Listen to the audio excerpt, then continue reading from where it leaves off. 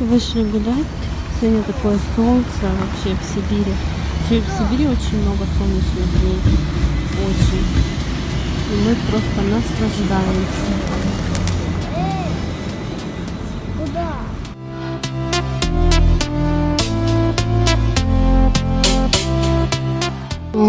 Как считаете, вообще возможно из малоподвижного мишки, жирного, когда уже все суставы заплыли, когда ты вообще 2 шага делаешь и задыхаешься, превратиться в очень активную, стройную лань?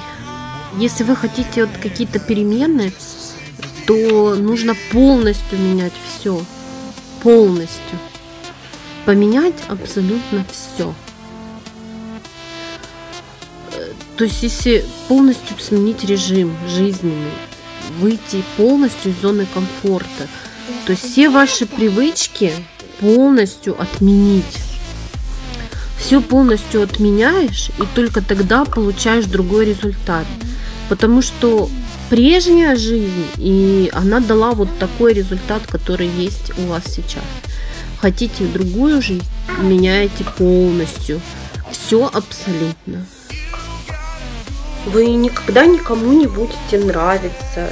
И мне вот такое тоже, я в этой западне того, находилась очень долго в западне того, что мне казалось, если я стараюсь искать в людях положительные черты, в действиях искать что-то положительное, оправдывать их, то как бы должны все так поступать.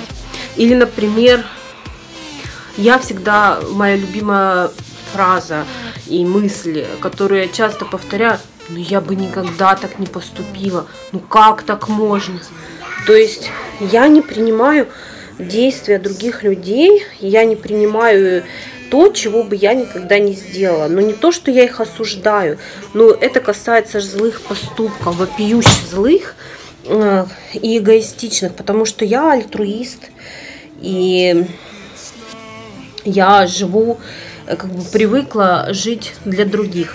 Знаете, у меня однажды поразил фактор такой, когда моя мама очень старалась для меня и для всей семьи, да, и какое-то время было такое, что она просто себя на алтарь положила себя на алтарь семьи, потом тяжело заболел мой папа онкологией, она все силы свои отдала.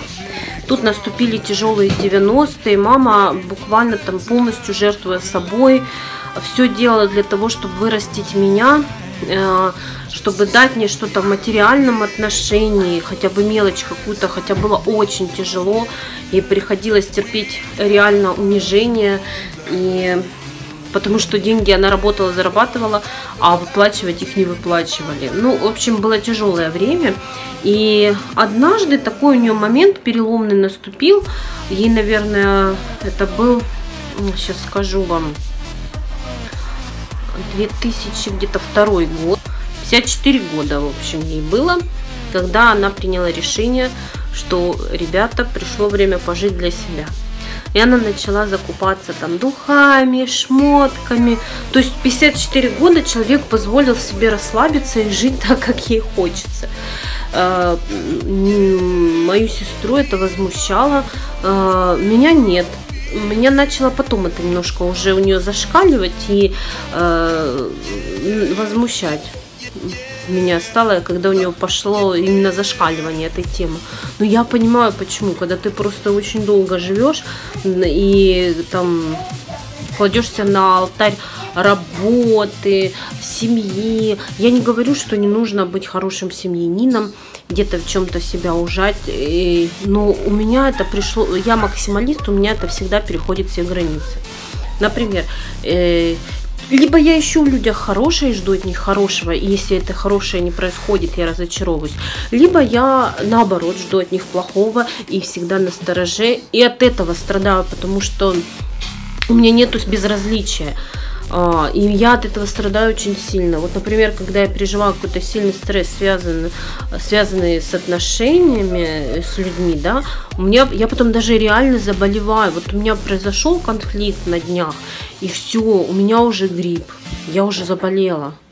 И то есть я сейчас живу в каких-то рамках, есть особенно вот этот с переездом в Россию вот такое вот произошла такая трансформация не в ту сторону, которая из меня просто, я просто даже видео смотрю, просто, я смотрю даже видео прежние из Донецка, на себя смотрю, насколько я была легким и спокойным человеком, с каких-то там подводных камней, обид, и стремилась к более простым отношениям с людьми, да, то сейчас я конкретно прям выбираю сложных людей и начинаю с ними строить отношения, которые потом меня убивают. Это вот прям моя коронка. Поэтому я к тому и говорю, вот это такое обилие стресса приводит к ненависти к себе, к лишнему весу и к неконтролируемому какому-то голоду и здоровой пищи, но при этом эта пища, значит, не в тех количествах, не в том режиме, и она меня убивает. Очередное утро моей худеющей жизни. Ну что ж, только я вчера подумала и записала видео о том, как нужно все менять, и составила себе план того, что именно я буду менять. Как уже буквально через несколько часов я почувствовала, что заразилась бронхитом. У меня сразу в бронхе, ну какой-то бактериальная, в общем, инфекция, у меня сразу в бронхе пошла инфекция, сразу все тут печет, горит огнем. Ночью, полночи не могла из-за этого уснуть, потому что очень прям горит, кашлять больно. Сразу сел голос, и утром я проснулась, чувствую, что все, это все. Послала мужа, он мне купил антибиотик, и уже не принимаю его, кроме как пить, ничего не хочется. Съела 2 яичка вареных. И сейчас обструктивный бронхит. Это мое вообще слабое место, потому что применить в жизнь то, что я запланировала, я не могу. И когда я выйду из болезни, я не знаю, но буду стараться как-то быть более-менее активной, хотя когда я болею, все мои знакомые есть, которые на работу ходят, и все, я во время болезни труп, я просто не могу вообще ничего. И сейчас вот лечусь, в общем, есть не хочется, так что в этом, наверное, плюс. Я поела фруктики и буду кушать куриный супчик собственного производства. Вот тут получается, я сделала салатик. Правда, здесь майонез, вот что плохо. Думала сделать с подсолнечным маслом, но у меня было все для классного салата из редьки. И здесь получается майонез, 2 яйца, зелень, набор, ну, часть этого набора. Редька. Хотела добавить пекинку, но думаю, даже не буду добавлять. И вот что поменялось у меня в холодильнике. Я набрала очень много овощей. В этом пакете у меня лежит вареная свекла. Вчера купила 2 пакета, один из них отварила. Капуста. Капусту уже сегодня... Ой, я все в редьке. Капусту уже сегодня мы заквасили. Будем делать салатики. Так, ну, как всегда, помидорки черри. В общем, прибавилось овощей. Это очень хорошо. В Бирске вот бородинский особый хлеб продается очень безумно вкусный, только в универсамах, в лидерах экономии, и там еще супер, по-моему, называется этот супермаркет, в их сети. Безумно вкусный хлеб, нарезка такая бородинского. Вот я обожаю. И вот мой обед будет это вот этот салатик. Я уже попробовала, он очень сочный, вкусный. Сейчас буду наслаждаться. Я делаю такую, можно сказать, икру. Получается, здесь вареная свекла, свежая натертая морковь, нарезанный лук и чеснок. И в конце, ну, наверное, сейчас еще специи добавлю. И в конце специи мои любимые, вот эти вот. 4 перца с кориандром, очень классные. И в конце добавлю томатной пасты. И еще нарежу туда свежие зелени, мне очень нравится. такое вот хорошее блюдо, мне кажется, тоже не тяжелое, можно сказать, диетическое. Масло тут не рафинированное, рафинированным я не пользуюсь. Мой ужин, хлебушек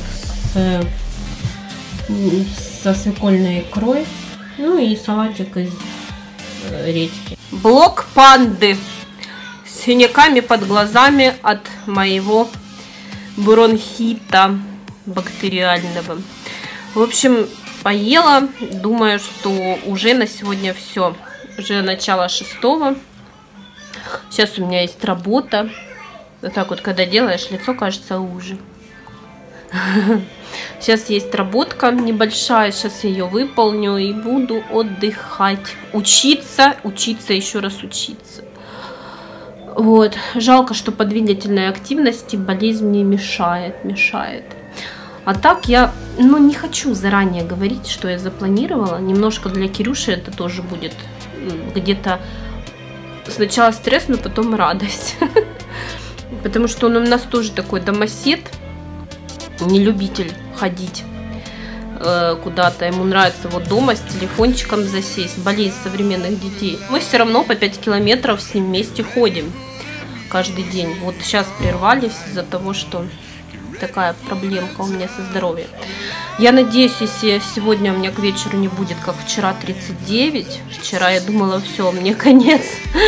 Вот, потому что, не знаю, другие люди не так переносят температуру, как я, но у меня это просто все.